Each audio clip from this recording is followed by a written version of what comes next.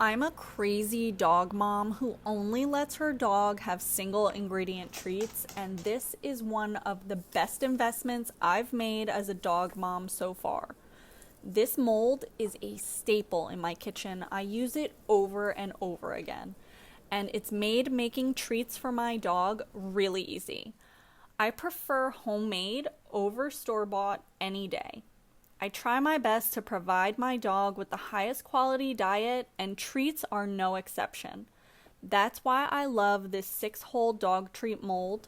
It's my favorite purchase I've made for Bella so far.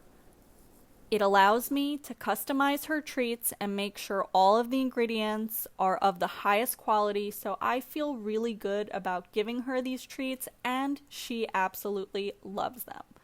This mold is compatible with the Woof Pupsicle and Power Chewer Pupsicle toy for large dogs. It's BPA free, super durable, reusable, and the best of all, it's dishwasher safe.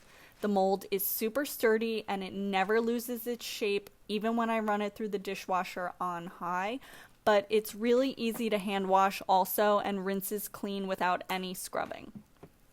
Bella's favorite recipe is frozen blueberries, Greek yogurt, and peanut butter, all organic, of course.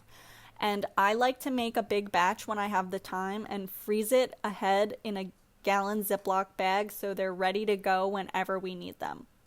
I call it treat meal prep, and I do it about once a month and keep them in the freezer. They keep really well.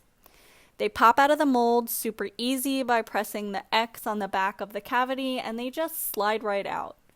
My favorite part is knowing that these are all natural, healthy, no chemicals, no dyes, and no preservatives.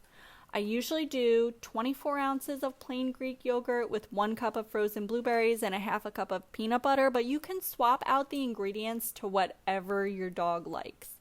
I've done this recipe with pumpkin instead of blueberry, and she loves those also. I'll pin the recipe in the description box below with the measurements if you want to give it a try. I've made them in the blender and in the food processor, and they come out great either way. In my experience, though, the thicker the consistency, the longer it takes for them to eat it.